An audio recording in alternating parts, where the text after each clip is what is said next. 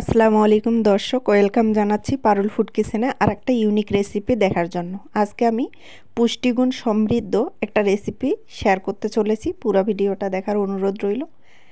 আমি সজনে পাতা সুন্দর করে এভাবে বেছে নিচ্ছি। সজনে পাতাটা আগে আমি ধুয়ে নিয়েছি।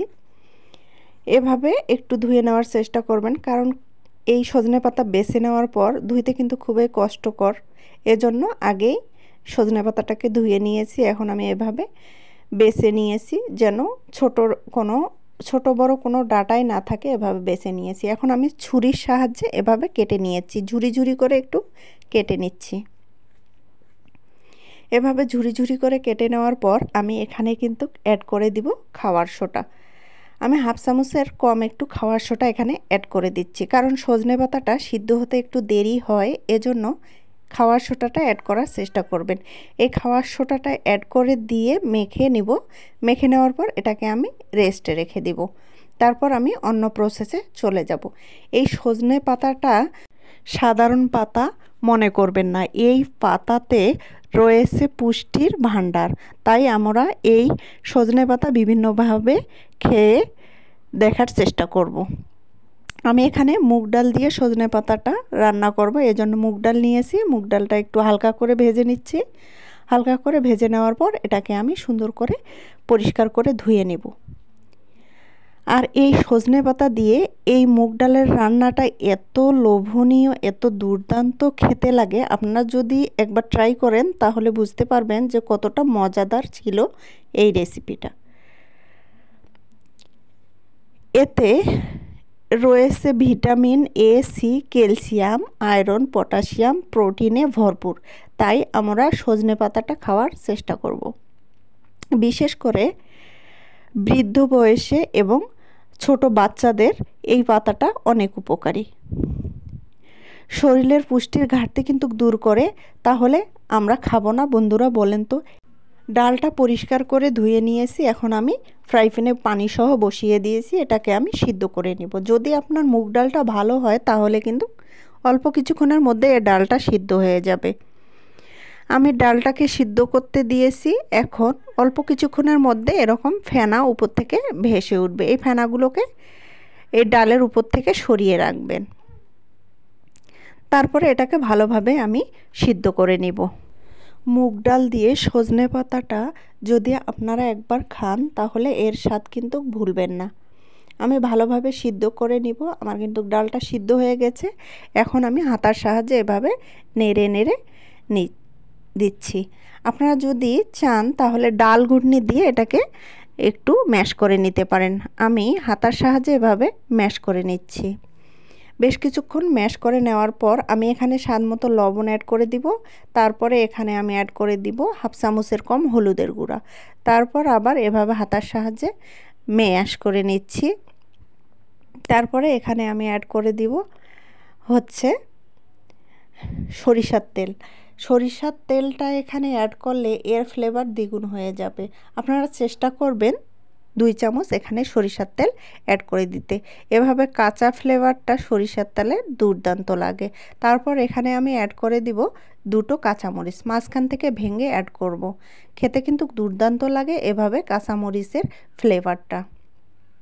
তারপর হাতার সাহায্যে আবার এভাবে ম্যাশ করে নিচ্ছি। ম্যাশ করে নেওয়ার পর কিন্তু আমি এখানে পানি অ্যাড করে দিব, কারণ ডালটা এখানে কিন্তু একবারে ভারী বা একবারে পাতলা খাওয়ানো যাবে না। এটা একটু মাঝারি ধরনের হবে। ডালটা একবারে পাতলা বা একবারে ভারী করব না, এজন্য আমি এখানে পানি অ্যাড করে দিব। পানি অ্যাড করে দেওয়ার পর আমি আর বেশ কিছুক্ষণ এটাকে রান্না করে নিব। রান্না করে যখন টক বগিয়ে আসবে তখন এটাকে নামিয়ে একপাশে রেখে দিব। তারপর আমি অন্য প্রসেসে চলে যাব। তো বন্ধুরা, আপনারা সজনে পাতা এভাবে খেয়ে দেখবেন, অসাধারণ লাগবে। বাচ্চারা কিন্তু সজনে পাতা খেতে চায় না। বাচ্চাদের রোগ প্রতিরোধ ক্ষমতা বাড়াতে এবং বাচ্চাদের প্রোটিনের অভাব দূর করতে কিন্তু এই সজনে পাতাটা অনেক উপকারী। তাই আমরা এভাবে বানিয়ে দিতে পারি, বাচ্চারা অনেক পছন্দ করবে এবং অবশ্য পরিবারের সবাই অনেক পছন্দ করবে। আর যাদের বিশেষ করে ডায়াবেটিস আছে তাদের কিন্তু এই পাতা খেলে ইনসুলিন নেওয়ার প্রয়োজন হবে না। তবে আপনাদের যদি আমার এই টিপসগুলো ভালো লেগে থাকে তাহলে কমেন্টের মাধ্যমে জানাতে পারেন। এখন আমি ফোড়নের জন্য চলে গেলাম। আমি ফোড়নে এখানে দিয়ে নিলাম সয়াবিন তেল, আপনারা চাইলে এখানে সরিষার তেল নিতে পারেন। তারপরে দিলাম 5 ফোড়ন, তারপরে দিলাম 2টো শুকনো মরিচ এবং রসুন থেতো করে রেখেছিলাম সেটা এখানে অ্যাড করে নেড়ে চেড়ে নিচ্ছি। তারপর এখানে আমি পেঁয়াজ অ্যাড করে দিব। পেঁয়াজ অ্যাড করে দিয়ে বেশ কিছুক্ষণ নেড়ে চেড়ে ভেজে নিব। এটাকে হালকা ব্রাউন কালার করে আমি ভেজে নিব। ভেজে নেওয়ার পর আমি এখানে আগে থেকে যে সজনে পাতাটা খাওয়ার সোটা দিয়ে রেখেছিলাম সেটা এখন এখানে ঢেলে দিব। এই সজনে পাতাটা যখন খাওয়ার সোটা দিয়ে মেখে রাখবেন তখন কিন্তু সফট এবং নরম হয়ে আসবে এবং তাড়াতাড়ি সিদ্ধ হবে।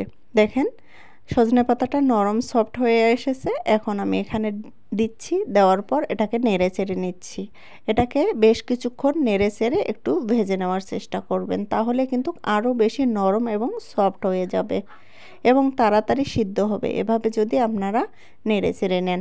আপনারা আমার চ্যানেলের নতুন হয়ে থাকলে আমার চ্যানেলটিকে সাবস্ক্রাইব করে আমার চ্যানেলের পাশেই থাকতে পারেন। আর আমার এই সিম্পল রেসিপিগুলো যদি আপনাদের ভালো লেগে থাকে তাহলে লাইক কমেন্ট শেয়ার করবেন। আর যারা ফেসবুক থেকে দেখতেছেন তারা ফলো দিবেন।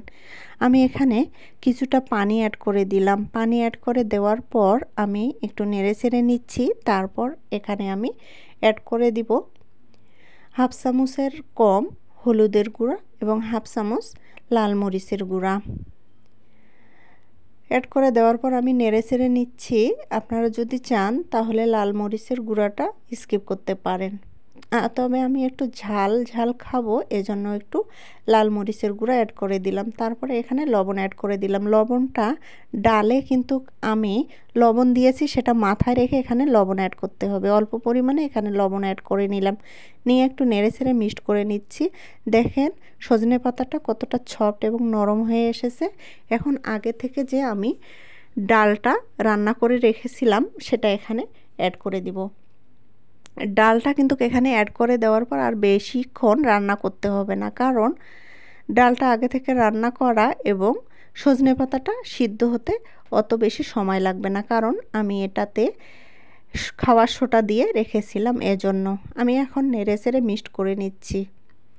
দুর্দান্ত লাগে এ ধরনের রেসিপি, আপনারা ট্রাই করতে পারেন। ছোট বড় সকলেই অনেক পছন্দ করবে, মজা করে খাবে এবং বারবার রিকোয়েস্ট আসবে এই রেসিপিটা তৈরি করার জন্য। দেখেন বন্ধুরা কতটা সুন্দর কালার এসেছে, তাই না বন্ধুরা?